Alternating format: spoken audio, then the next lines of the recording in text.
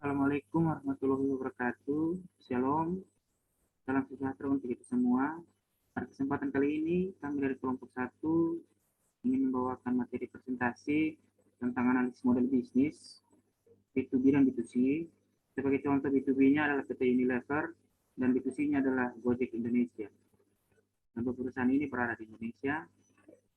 Dengan beranggotakan kelompok 1 yaitu pertama ada Aisyah Nurul Hamida, kedua adalah Anissa Nurul Ainayah, ketiga adalah saya sendiri, Carlos Vitus Musrihi, dan keempat adalah Tia Monica.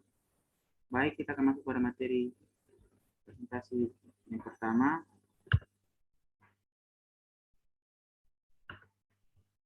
Ada model bisnis e-commerce. Nah, B2B dan B2C ini masuk dalam e-commerce.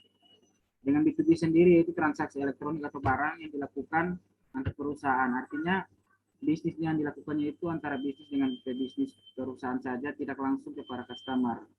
Yang kedua ada B2C. B2C merupakan bisnis to customer, berbeda dengan B2B. Jadi bisnis ini antara perusahaan dan konsumen sebagai keluaran akhir dan konsumen sebagai hasil akhirnya.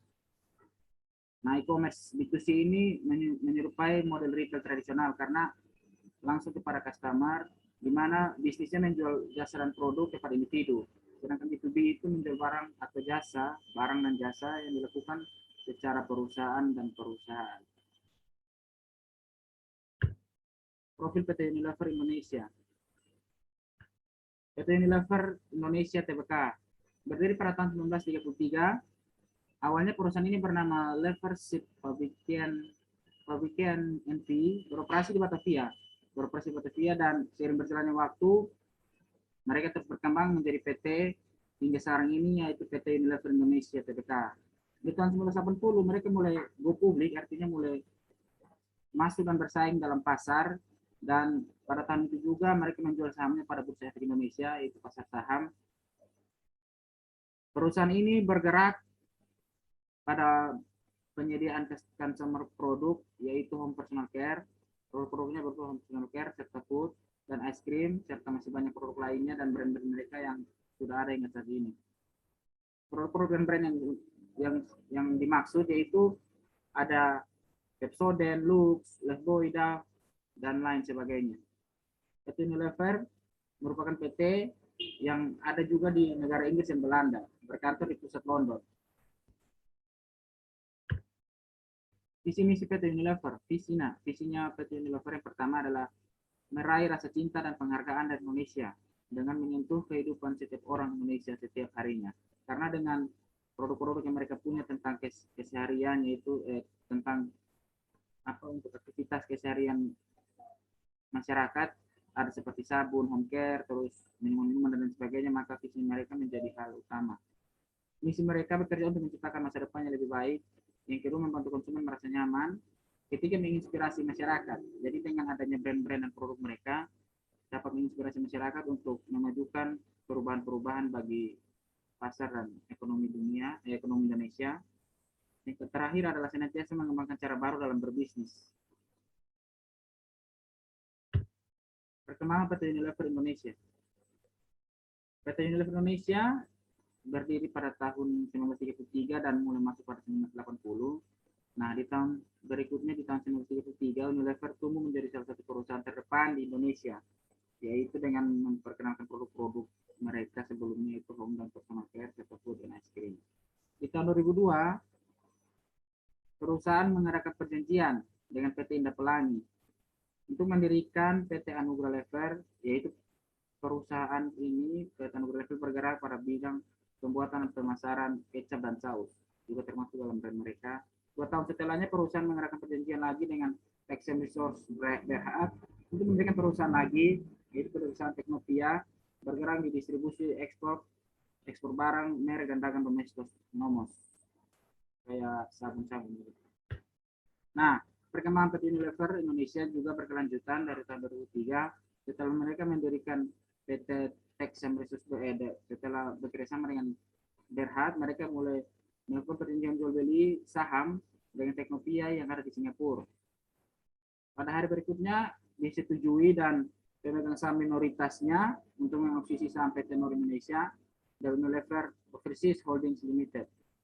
Nah, 2 tahun berikutnya lagi ditarik dari tahun 2003 perusahaan digabung dengan PT KI.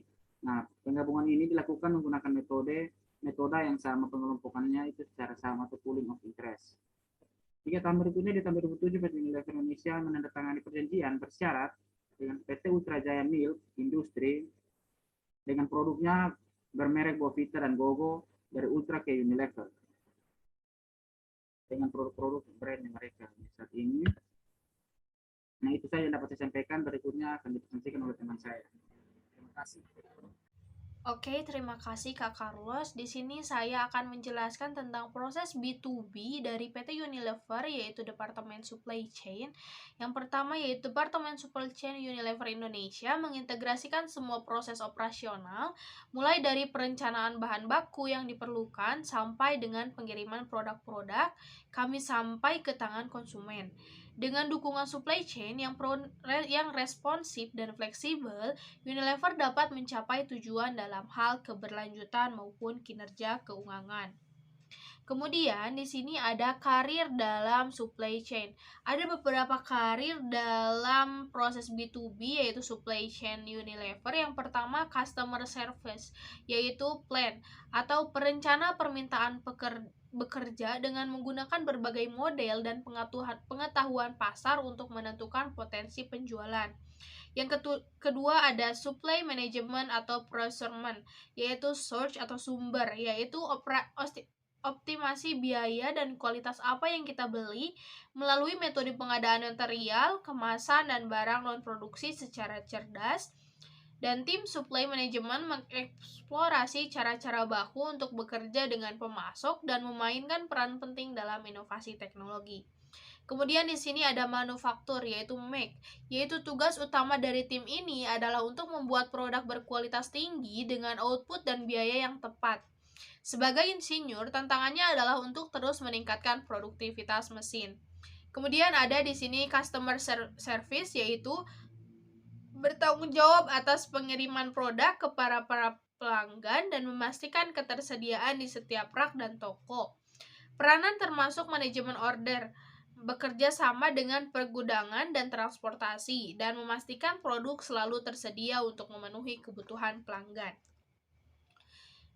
Kemudian di sini ada produk-produk PT Unilever Indonesia dalam segi food atau makanan. Dimulai dari 1937, perusahaan mulai memproduksi margarin dengan merek Blue Band dan memutuskan untuk menjadikannya produk margarin nomor 1. Sejak itulah merek tersebut merupakan awal dari usaha tersebut memproduksi makanan. Adapun jenis makanan lainnya antara lain yaitu Royco, Wall's, Taranasikus, Sariwangi, Lipton, Liti, dan lain-lain. Nah, mungkin di sini kalian juga tahu ada merek-merek yang merek-merek makanan, jenis makanan yang selalu kita gunakan, yaitu contohnya seperti Royco, yaitu bumbu dapur. Kemudian di sini ada produk PT Unilever Indonesia dengan ciri yaitu home care atau sabun atau jenis sabun. Sampai sekarang deterjen merupakan produk terbesar perusahaan dan telah membuktikan volume penjualan yang meyakinkan. Ketika tahun 1970-an, divisi deterjen berhasil melipat gandakan penjualannya dan sampai saat ini sabun pencuci pertama di Indonesia yang menggunakan bahan NSD atau non-stop deterjen berhasil menjadi nomor 1 di pasaran yaitu Rinso. Adapun jenis yang dihasilkan dari divisi ini adalah Sunlight, Surf, Vim, Lifebuoy, Whipple, Superpol, Vixal, dan lain-lain. Nah, di sini ada jenis-jenis atau merek-merek yang kita sering gunakan. Kemudian di sini ada produk PT Unilever Indonesia yaitu dengan jenis personal care atau kecantikan. Usaha kecantikan personal produk dimulai dengan pengakuisikan pabrik Drell di Surabaya. Koiliri alat perusahaan hanya memproduksi pasta gigi dengan merek Pepsodent dan berminat untuk meluaskan usahanya dengan memproduksi produk-produk import dari Inggris setelah tahun 1977. Kemampuan daya beli masyarakat meningkat dan perusahaan melihat bahwa produk yang dianggap saat itu masih semi mewah seperti produk kecantikan dan sampo dapat terjangkau oleh kemampuan masyarakat. Nah, ini contoh dari merek-merek produk jenis personal care atau kecantikan dari PT Unilever. Di sini ada Close Up, yaitu pasta gigi, Dove, Lip Boy, Lux, itu termasuk ke dalam jenis-jenis sabun atau kecantikan. Mungkin selanjutnya akan dilanjutkan oleh teman saya. Terima kasih. Faktor lingkungan internal. Yang pertama ada organisasi perusahaan, yaitu manajemen dan kepegawaian. Yang kedua, budaya perusahaan. Budaya perusahaan mempunyai tanggung jawab sosial.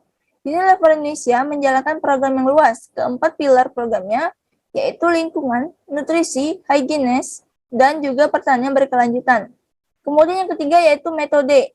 Yang pertama berfokus pada peluang pasar. PT Unilever dalam menjalankan eksistensinya di dalam persaingan global yang semakin meningkat, melakukan promosi melalui media elektronik. Kemudian yang kedua, diferensiasi produk. Produk Unilever terus memperkenalkan kemasan-kemasan terbaru, tetapi Unilever tetap mempertahankan kualitas produknya. Yang ketiga, menguatkan keakraban pelanggan dan pemasok. Menggunakan sistem informasi untuk memfasilitasi akses langsung dari pemasok terhadap jadwal pengiriman.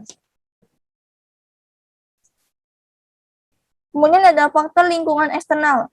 Yang pertama ada customer. Kita dapat melihat pengaruh selera masyarakat terhadap jenis output yang diberikan oleh PT Unilever.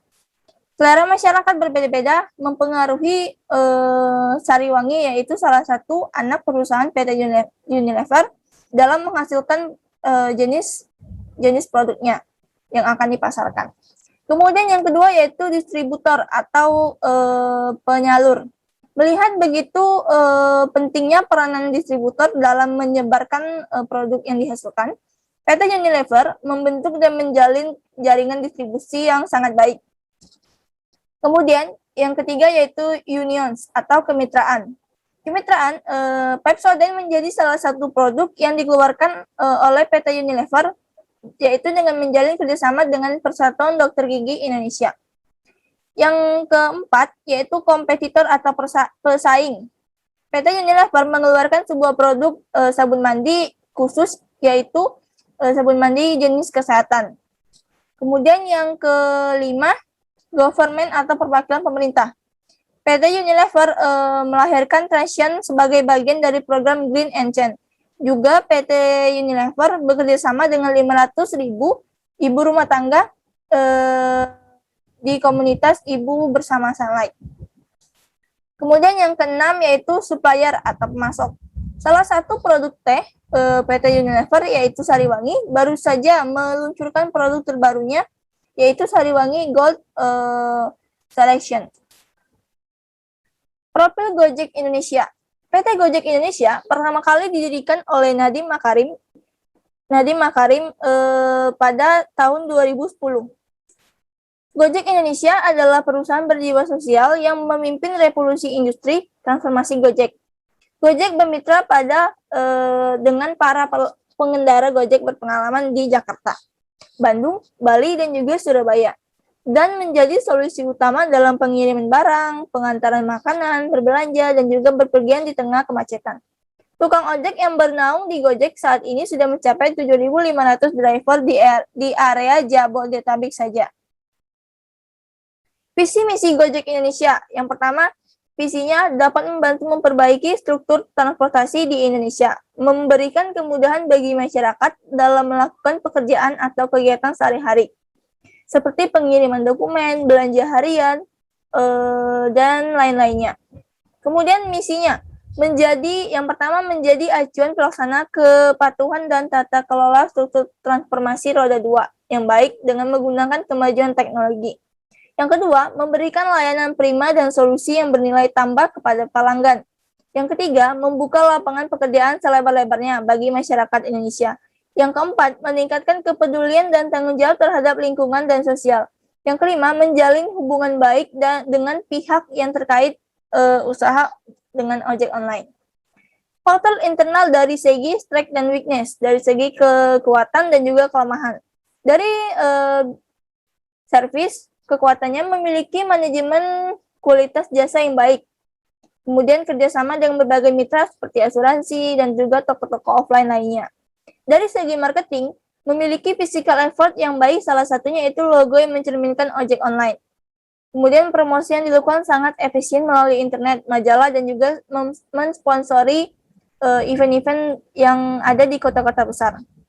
Personalia, yaitu memiliki SDM atau sumber daya manusia, karyawan yang handal.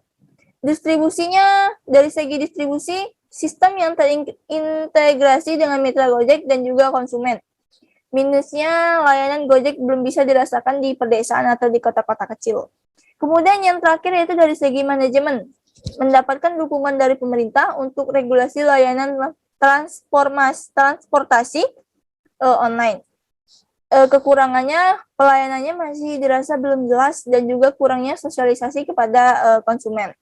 Yang terakhir, jaminan asuransi untuk tiap jasanya, baik layanan Gojek, GoSend maupun GoFood masih kurang jelas.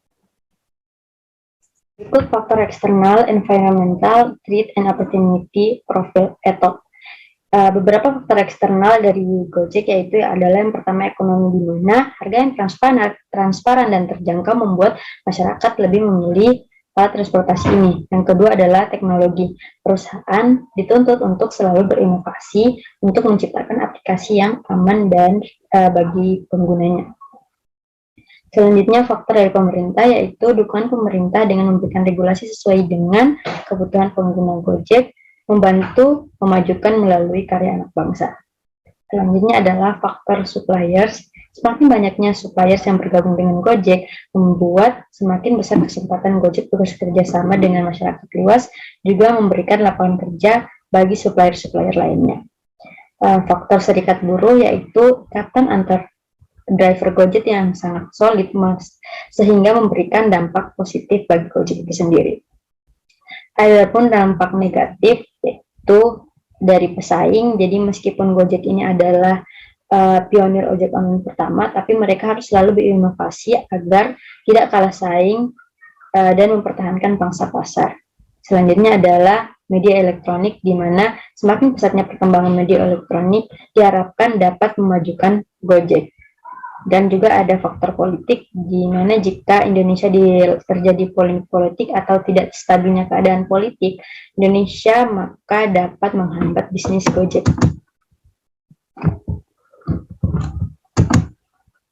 Nah, layanan di peta Gojek itu yang pertama adalah firm infrastruktur, di mana Gojek menyadari bahwa kemudahan merupakan hal yang penting dan paling utama untuk memberikan kenyamanan bagi konsumen. Selanjutnya adalah teknologi development, di mana fitur e-commerce pada Gojek sangat lengkap bila dibandingkan dengan alat transportasi, metode transportasi lainnya. Selanjutnya adalah human resource management, di mana sudah sangat banyak driver Gojek di Indonesia, di mana contohnya di Jabodetabek saja sudah mencapai sekitar 7.500 driver. Selanjutnya adalah prosuraman, di mana Gojek dengan kekuatan real time-nya dapat memberikan melayani beribu-ribu customer yang melakukan order. Proses B2C pada aplikasi Gojek ada beberapa, yaitu instant courier, di mana ini adalah jasa pengiriman. Itu dimanfaatkan untuk mengirim barang secara real time. Biayanya ditentukan berdasarkan jarak tempuh, dan biaya ini sudah secara otomatis ditentukan oleh aplikasi. Selanjutnya adalah transport atau jasa transportasi. Jadi Gojek dimanfaatkan sebagai alat transportasi ketika keadaan macet atau kesulitan mencari transportasi publik. Selanjutnya adalah food delivery, yaitu jasa pengiriman makanan, di mana konsumen dapat langsung memesan makanan tanpa harus ke tempatnya. Selanjutnya ada driver on the way, jadi setelah melakukan pemesanan aplikasi, user dapat memilih sopir terdekat dengan dirinya. Selanjutnya ada juga layanan SMS and call, jadi ketika sopirnya belum sampai, penumpang dapat memanfaatkan fitur SMS and call yang telah disediakan. Adapun beberapa fitur lainnya yaitu driver review, yaitu fitur ini penumpang dapat memberikan rating dan juga komentar mengenai pelayanan yang dilakukan oleh supir Gojek.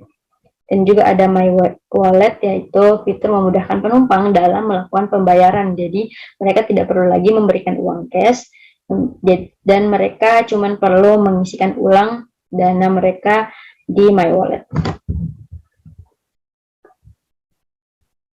Baik, dari hasil presentasi kami dapat disimpulkan bahwa terdapat perbedaan model dan proses bisnis secara signifikan. Itu yang utama, yakni secara B2B dan B2C, yakni PT Unilever itu berbeda dengan Gojek Indonesia secara bisnis, di mana PT Unilever itu menerapkan bisnisnya secara bisnis to bisnis atau B2B, karena mereka menawarkan barang langsung kepada toko-toko kecil misalkan, dan dari toko-toko tersebut kemudian akan dibeli oleh konsumen-konsumen selaku masyarakat sendiri. Nah, sedangkan Gojek Indonesia itu berbeda dari bisnisnya juga, yaitu secara bisnis to customer, artinya mereka langsung berhubungan dengan customer secara langsung, yaitu melalui pemesanan via aplikasi mereka di aplikasi Gojek, dan itu saling terhubung tanpa harus melewati alur-alurnya pada perusahaan-perusahaan lagi, karena mereka langsung berhubungan dengan pelanggan. Nah, dicontohkan sebagai berikut. Yang pertama, PT Unilever berurusan langsung dengan perusahaan, ini toko-toko kecil yang sudah saya jelaskan tadi. Yang kedua, Gojek Indonesia penerapan aplikasinya berurusan langsung dengan customer untuk mewujudkan visi utama mereka, yakni untuk kemudahan dan kepuasan dalam aktivitas keseharian. Yang terakhir, kesimpulannya itu PT Unilever mengelola bisnis secara brand dan produk bagi customer. Ini yang berbeda. Yang kedua, Gojek Indonesia mengelola bisnis secara sumber daya manusia. Nah, sekian presentasi dapat saya sampaikan. Jika ada saran, pertanyaan, dan komentar dapat diberikan kepada kami melalui media-media yang akan kami tempatkan. Atas waktu dan perhatian kami ucapkan terima kasih.